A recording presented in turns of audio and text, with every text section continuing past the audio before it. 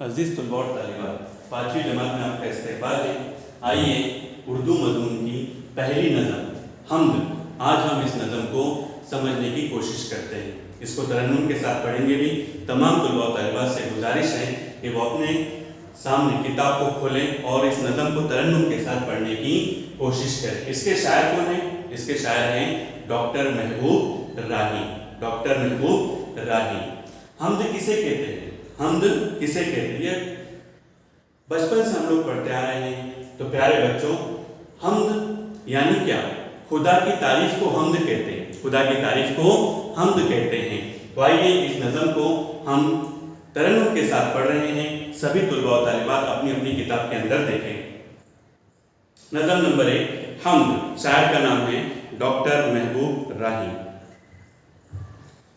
ऐ जहां भर के पालने वाले, ऐ जहां भर के पालने वाले, जान मिट्टी में डालने वाले, जान मिट्टी में डालने वाले, ये ज़मीं आसमान तेरे हैं, ये ज़मीं आसमान तेरे हैं, यानी दोनों जहान तेरे हैं, यानी दोनों जहान तेरे हैं।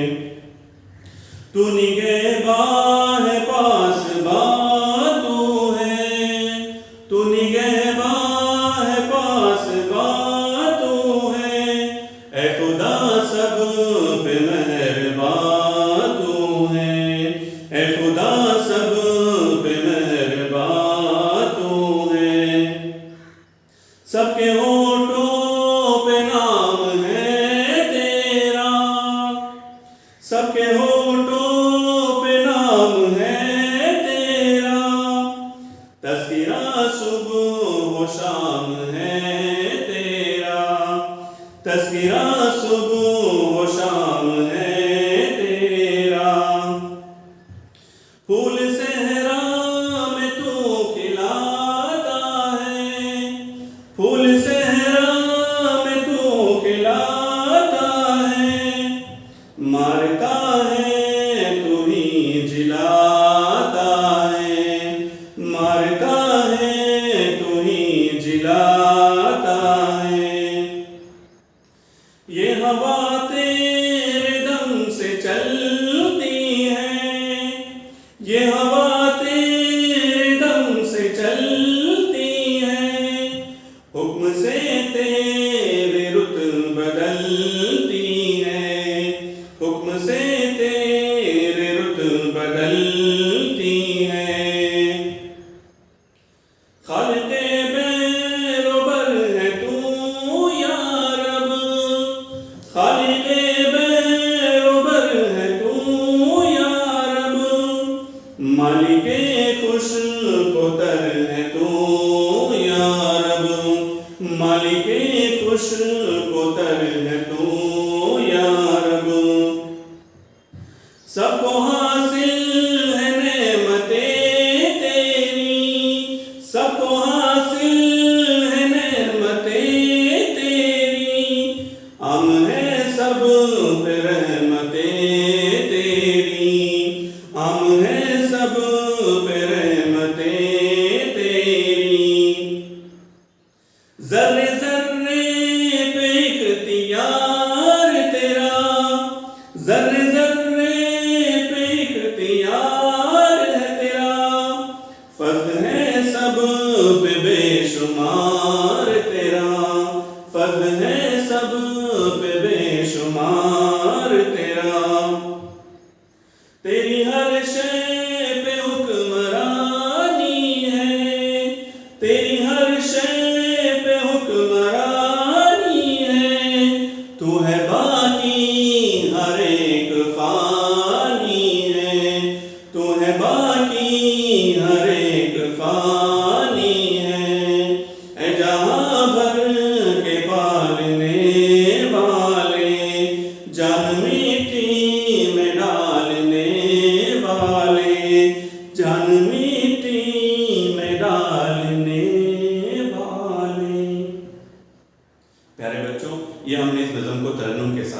आइए इस नज़म को समझने की कोशिश करते हैं। सबसे पहले इस नज़म के अंदर जो नए अल्फाज आए हैं प्यारे बच्चों, सबसे पहले हम उनको देखते हैं। अल्फाज की मानी, पहला जो लफ्ज है वो निगहबान है। क्या है?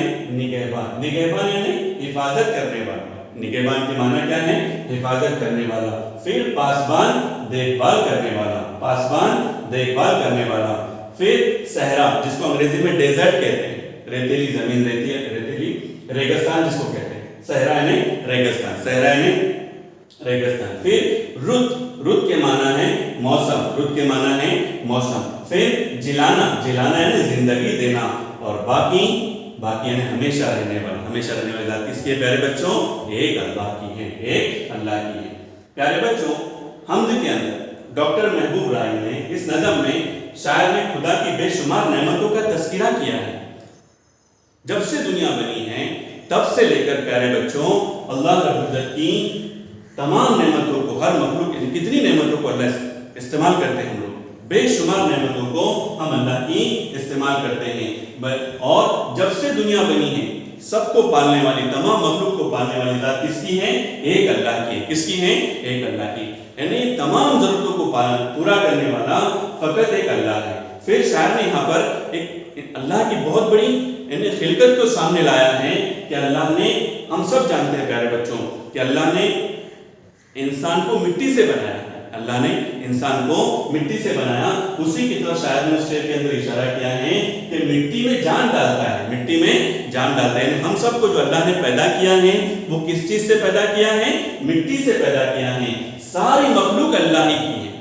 तमाम मखलूक को पैदा करने वाला और उसकी तमाम जरूरतों को पूरा करने वाला कौन है? एक अल्लाह है। सबकी तमाम जरूरतों को अल्लाह ही पूरा करता है। सुबह शाम अल्लाह ही का जिक्र किया जाता है। पूरी दुनिया में हर मखलूक जो है वो अल्लाह का जिक्र करती है और वो अपनी अपनी जबान में करती है। एक इंसान है, जैसे हम अल्लाह का जिक्र करते हैं, सुभान अल्लाह, अल्हम्दुलिल्लाह, नमाज पढ़ना, रोजा रखना, कुरान की तिलावत करना, जितने भी नेकी के काम है ये अल्लाह का जिक्र ही है। तो ये हम जिक्र करते हैं। ऐसे ही चरिंद परिंद, ये दरख्त, पेड़ पौधे जितने भी हैं, जमीन आसमान सूरज, ये सब के सब अल्लाह का जिक्र करते हैं। प्यारे बच्चों, ये अलग बात है कि वो हमको समझ में नहीं आता और वो हर मखलूक जो है अपनी अपनी ज़बान के अंदर अल्लाह का जिक्र करती है। फिर प्यारे बच्चों, यहाँ पर एक अल्लाह की बहुत बड़ी सिफत का तस्करा किया गया कि जंगल में भी वही फूल खिलाता है। प्यारे बच्चों, जिन पौधों की, जिन दरख्तों की हमको जरूरत होती है हम उनमें बराबर पानी डालते हैं, लेकिन इन जंगलों को देख लीजिए, हरे भरे नजर आते हैं और साल भर नजर आते हैं। ये कैसी कुदरत है अल्लाह की कि वहां पानी कौन डालता है, वहां पानी का निजाम कैसे चलता है। जिन दरख्तों की, जिन पौधों की हमको जरूरत होती है हम देखभाल करते हैं, लेकिन वो अल्लाह तमाम इलाकों को सरसब्ज़ और शादाब रखता है और उनको हरा भरा रखता है। तो शायद उसी की तरफ इशारा कर रहा है कि जंगल में भी वही फूल खिलाता है। जिंदगी और मौत देने वाली जात भी फकत अल्लाह की है। जितनी भी कायनात में चीजें अल्लाह ने बनाई हैं, अल्लाह एक दिन उनको फना करने वाले हैं, एक दिन सब खत्म होने वाला है। फकत अल्लाह की जात बाकी रहने वाली है। किसकी जात बाकी रहने वाली है?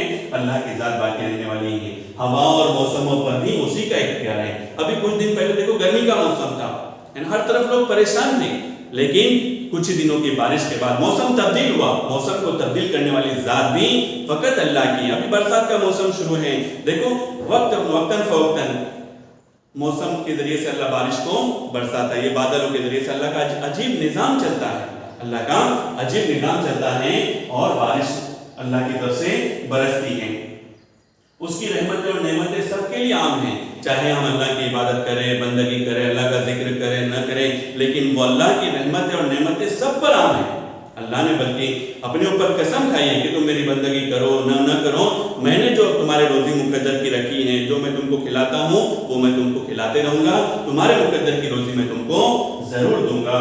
दुनिया और दुनिया की हर चीज पानी है। प्यारे बच्चों, हम सब दुनिया में आए हैं, एक दिन हमको जाना है। हर दुनिया की हर चीज पानी है, खत्म होने वाली है। फकत एक अल्लाह की जात जो है वो बाकी रहने वाली है। फकत बाकी रहने वाली जात किसकी है? अल्लाह की है। प्यारे बच्चों, इस नज़म के अंदर एक ग्रामर का अहम हिस्सा आया हुआ है जिसको वाव इतफ कहते हैं। वाव इतफ कहते हैं। दो लफ्जों के दरमियान में देखो ये वाव आया हुआ है ना, दो इसमें है, उनको जोड़ने वाला है। एक हर्फ है वाव, बहरोबर, खुशको तर, सुबह शाम। ये नज़म के अंदर अल्फाज आए हुए हैं। इनको पढ़ने का तरीका कैसा है?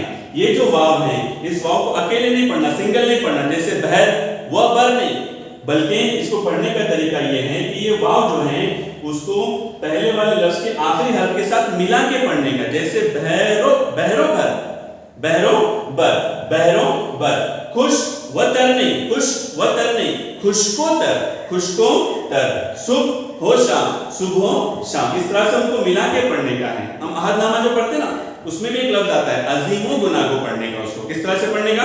अजीमो गुनागो, अजीम व गुनागो नहीं, व को अलग से पढ़ने का नहीं बल्कि मिलाकर पढ़ने का। तो प्यारे बच्चों, ये था सबक का खुलासा कलाम। इसके अंदर आए हुए अल्फाज मानी, शायर का नाम डॉक्टर महबूब राही, और फिर ग्रामर का एक अहम हिस्सा इसके अंदर आया था। हमने इसको समझाया है। हम उम्मीद करते हैं कि तमाम तुलबा और तालिबात को ये अच्छे से समझ में आ गया होगा। अगले लेक्चर के लिए तब तक के लिए इजाजत चाहते हैं। दोबारा फिर मुलाकात होगी इंशाअल्लाह। अस्सलामु अलैकुम व रहमतुल्लाह।